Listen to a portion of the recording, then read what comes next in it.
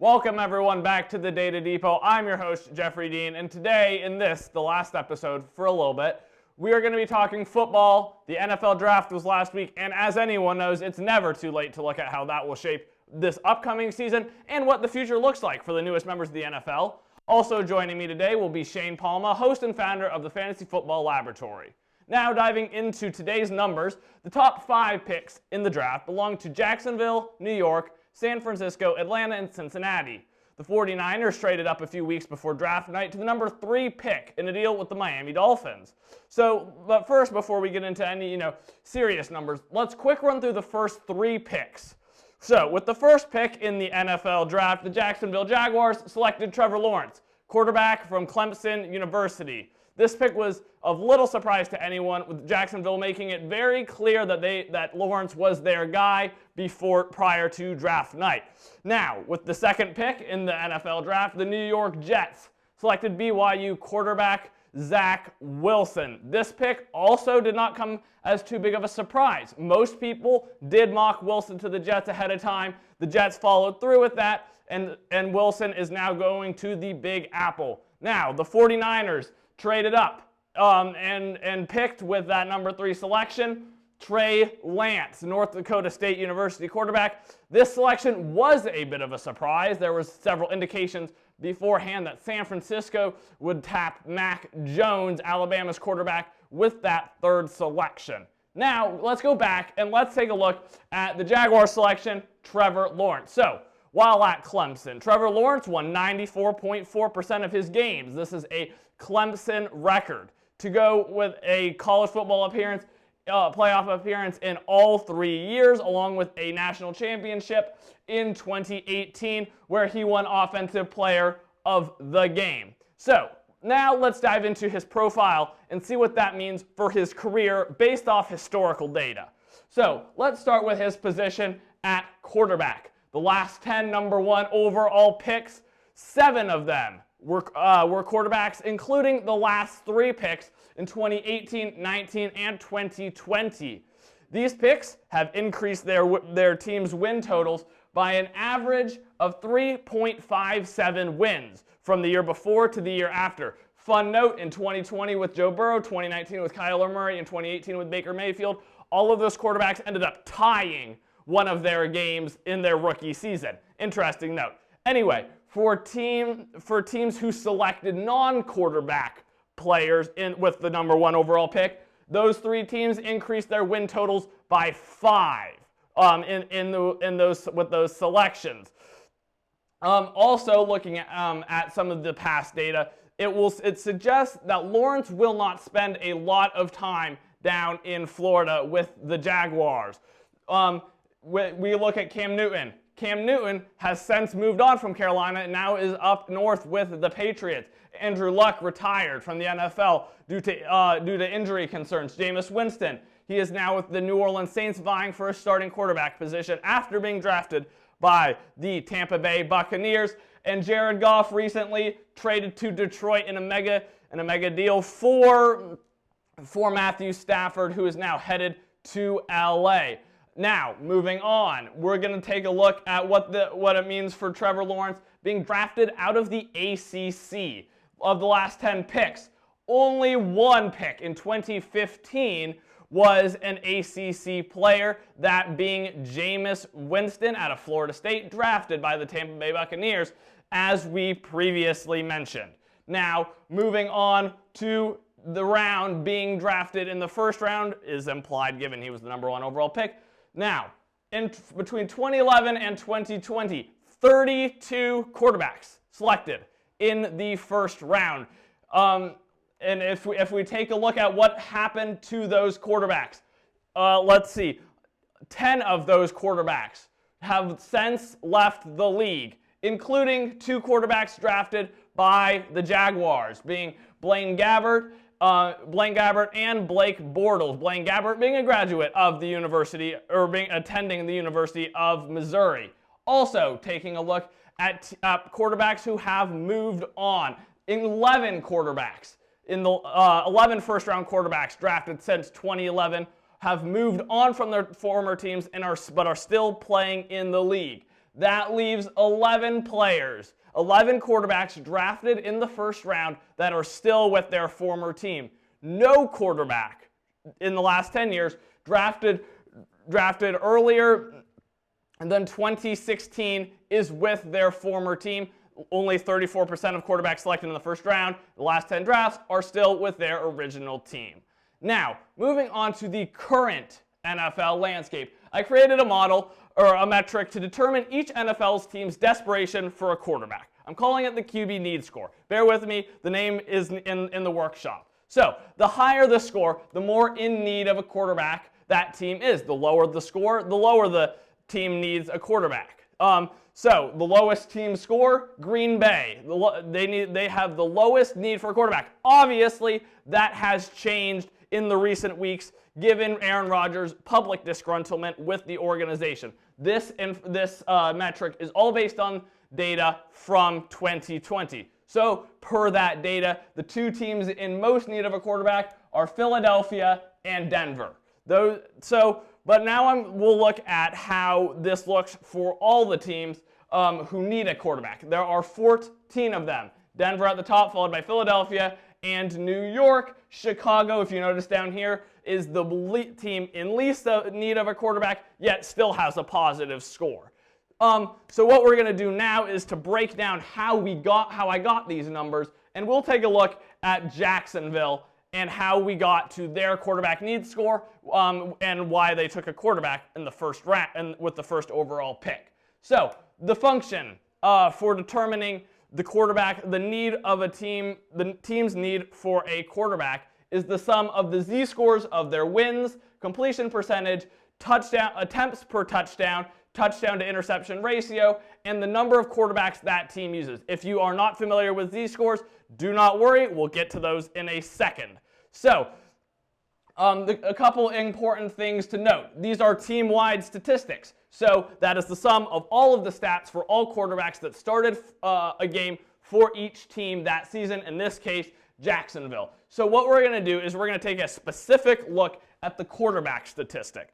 So what this is the function for a z-score. Essentially, it determines how far above or below the league average each team falls in each of these categories. So in this case, this is how many quarterbacks the Jaguars used above or below the NFL average. The average number of quarterbacks used per team last year was 1.84.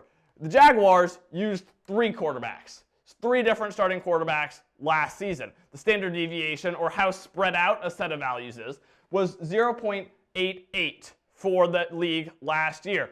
The arithmetic shakes out and gives the Jaguars quarterback z-score of 1.31 when it comes to the number of quarterbacks they used in 2020.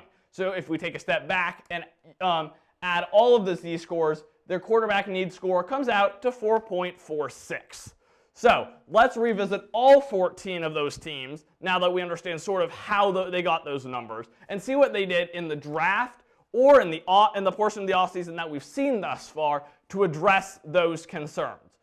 5 teams took a quarterback in the draft. We saw, as we discussed, Jacksonville took Trevor Lawrence with the first pick, followed by New York taking Zach Wilson with the second pick. Also, San Francisco taking Trey Lance with the third pick.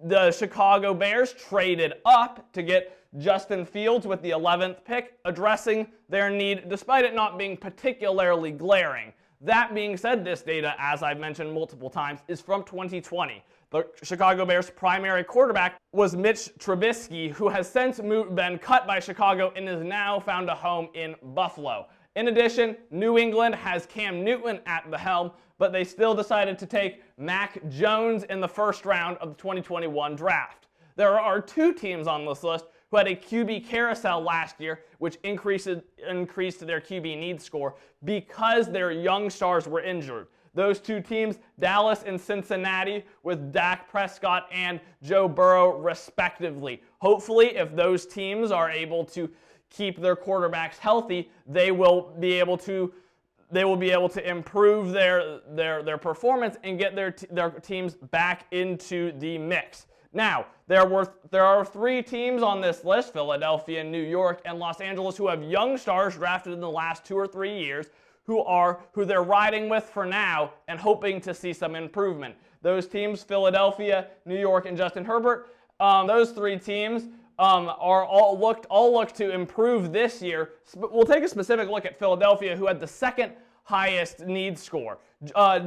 Jalen Hurts only was started by Philadelphia late last year, with most of these statistics being accumulated by Carson Wentz. That's something to keep in mind when looking at these scores. In addition, they did take Devonta Smith in the first round of the draft. Hopefully, that will provide Jalen Hurts some help this year and help the QB situation in Philly improve. Atlanta is going to continue to ride with Matt Ryan for another year. The aging star is going to gain another weapon in Kyle Pitts, the Florida phenom tight end, who the Falcons took with their 4th overall pick. Lastly, these three teams, Denver, Washington, and Detroit, added some veteran QBs in the offseason. Detroit drafted some offensive line help in their first-round pick, but both Washington and Denver bolstered their defense. These are the three teams. These are the quarterbacks that these three teams added in the offseason. Denver adding Teddy Bridgewater, Washington adding Ryan Fitzpatrick, who hopefully, with that elite defense, will be able to move Washington back into the conversation farther than the wild card round that they reached last year. Also, as I mentioned previously, Detroit making a move for Jared Goff. As a Broncos fan, I am mildly perplexed by the Broncos' move to take a defensive star in the draft. They're in dire need of consistent quarterback play. They have been for the better part of the last 5 years. And when they were on the clock, they still had the option to select Justin Fields or Mac Jones, who were both taken later in that round, but instead opted to take Pat Surtain II with the 9th pick. Now, after the break, Shane Palma will be in here to discuss the fantasy football implications of the draft and offseason, so stick around. Welcome back to the show. Joining me today is Shane Palma, a fantasy football guru and founder and host of the Fantasy Football Laboratory. So I want to talk to you today about how the events over the last month or so with the free agency, offseason, and the draft are going to shake up the fantasy football landscape. So as a Broncos fan, I'm particularly interested in this for the fantasy implications as well as the season implications. Going back to my list here, Teddy Bridgewater. What's Denver going to do by bringing him into the Mile High City, and how does that impact Drew Lock and their other quarterbacks in the QB room? So I will say this. I don't think there's any guarantee that Teddy Bridgewater is the starter come week 1. Obviously, they're going to have a competition already with Drew Lock there, who I don't think is going to give up that spot as easily as some people might think. Also, you mentioned it earlier, Aaron Rodgers could very well be on the move, and the number one destination that he's been linked to, surprisingly, is the Denver Broncos. So quickly, if we talk about that, if Aaron Rodgers ends up on Denver, not only does that boost up the stock sky high for Courtland Sutton, but that does wonders for Jerry Jeudy, second-year rookie. As long as he fixes those drop problems, Aaron Rodgers is going to have no problem slinging him the ball. But if Teddy Bridgewater is the starter, I mean, we saw what he did last year. He turned Robbie Anderson into that star, one of the most underrated wide receivers in the league. He had that nice deep ball connection with DJ Moore. I think if he's a starter for fantasy football, he'd probably fall somewhere in the, definitely low-end QB2, probably 22 to 24. If Drew Lock is the starter, I mean, we saw what he did last year. It was a little bit inconsistent at times. I'd probably have him a little bit lower than Teddy Bridgewater. Teddy runs a lot more than Drew Lock did, so that definitely, the rushing upside boosts his value just a little bit. But that'll be interesting. I'm interested to see what that quarterback battle turns out to be next year. Yeah, awesome. So something else, curious, the Washington football team.